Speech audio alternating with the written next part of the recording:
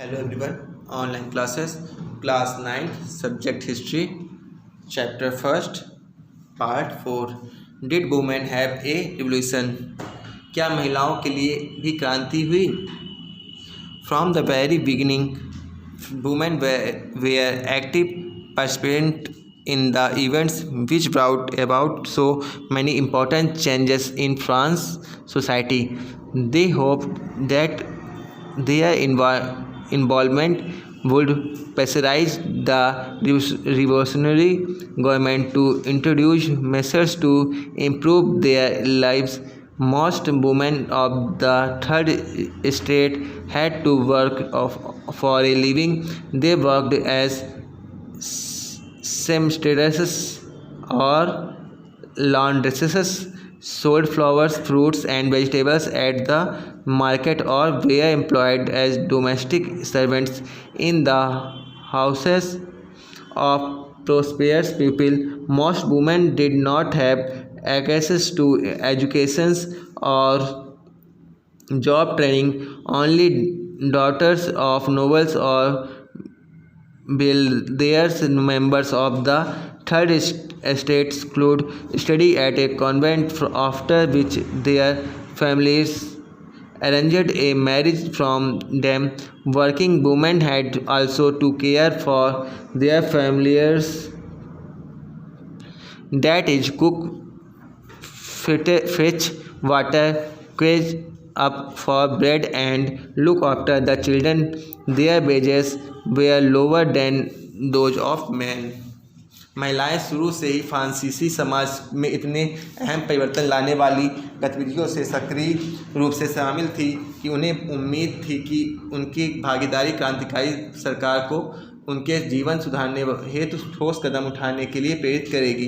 तीसरे एस्टेट की अधिकांश महिलाएं जीविका निर्वाह के लिए काम करती थी। वह सिलाई बुनाई कपड़ों की धुलाई करती थी, बाजारों के लिए काम करती थी। वह सिलाई बुनाई कपड़ों की धुलाई करती थी, बाजारों में फल फूल सब्जियां बेचती थी अथवा संपन्न घरों में घरेलू काम भी करती थी। बहुत सारी महिलाएं वेश्यावृत्ति करती थी।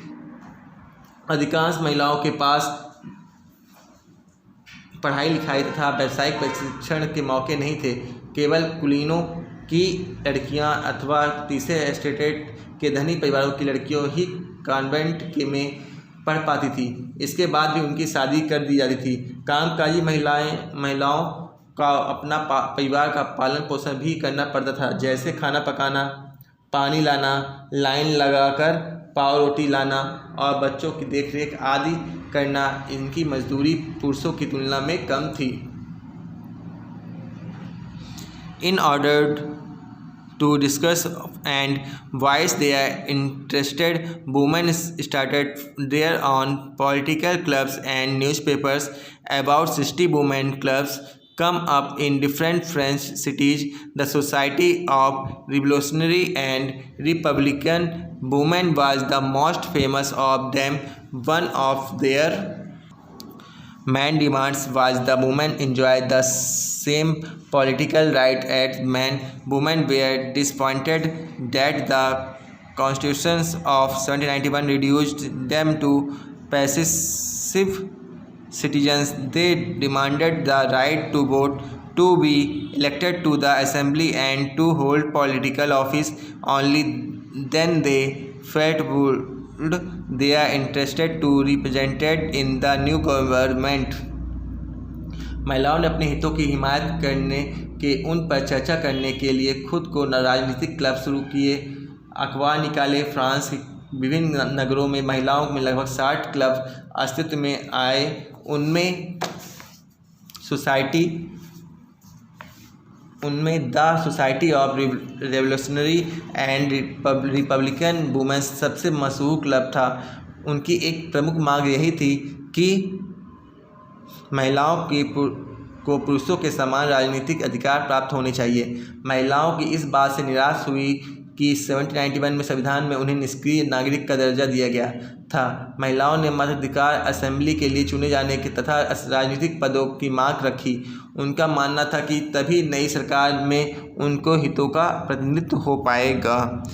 In the early years, the revolutionary government did introduce that helped improve the lives of women. Together with the creation of state schools, schooling was made compulsory for all girls. Their father could no longer force them into marriage against their will.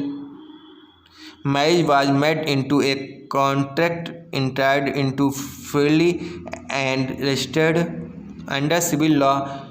Divorce was made legal and could be applied for by both women and men. Women could now train for jobs, could become artists, or run small businesses. प्रारंभिक वर्षों में क्रांतिकारी सरकार ने महिलाओं के जीवन में सुधार लाने के लिए कुछ कानून लागू किए गए। सरकारी विद्यालयों में स्थापना के साथ साथ ही सभी लड़कियों के लिए स्कूली शिक्षा का अनिवार्य बना दिया गया। अब पिता उन्हें उनकी मर्जी के खिलाफ शादी के लिए बाध्य नहीं कर सकते थे। शादी की स्वैच्छिक अनुबंध माना गया और नागरिक कानूनों के तहत उनका पंजीकरण किया जाने लगा। तलाक के कानूनी रूप दे दिया गया और मर्द औरत दोनों को ही इसकी अर्जी देने का अधिकार दिया गया था। अब महिलाएं व्यावसायिक प्रशिक्षण ले सकती थी, कलाकार बन सकती थी और छोटे मोटे व्यवसाय भी चला सकती थी। Women struggle for equal political right however continued during the reigns of terror. The new government issued law ordering closure of women's clubs and banning their political activities. Many prominent women were arrested and a number of them executed. फिर भी राजनीतिक अधिकारों के लिए अधिकारों का संघर्ष जारी रहा। आतंक राज के दौरान सरकार ने महिला क्लब को बंद करने और उनकी राजनीतिक गतिविधियों पर प्रतिबंध लगाने वाला कानून लागू कर दिया। इन कई जानी मानी महिलाओं को गिरफ्तार कर लिया गया और उनमें से कुछ को फांसी भी चढ़ा दिया गया।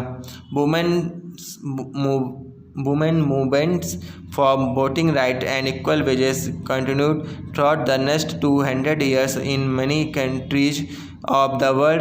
The fight for the vote was carried out throughout an international suffrage movement during the late 19th and early 20th century. The example of the political activities of France women during the revolutionary years was kept alive as an inspiring memory.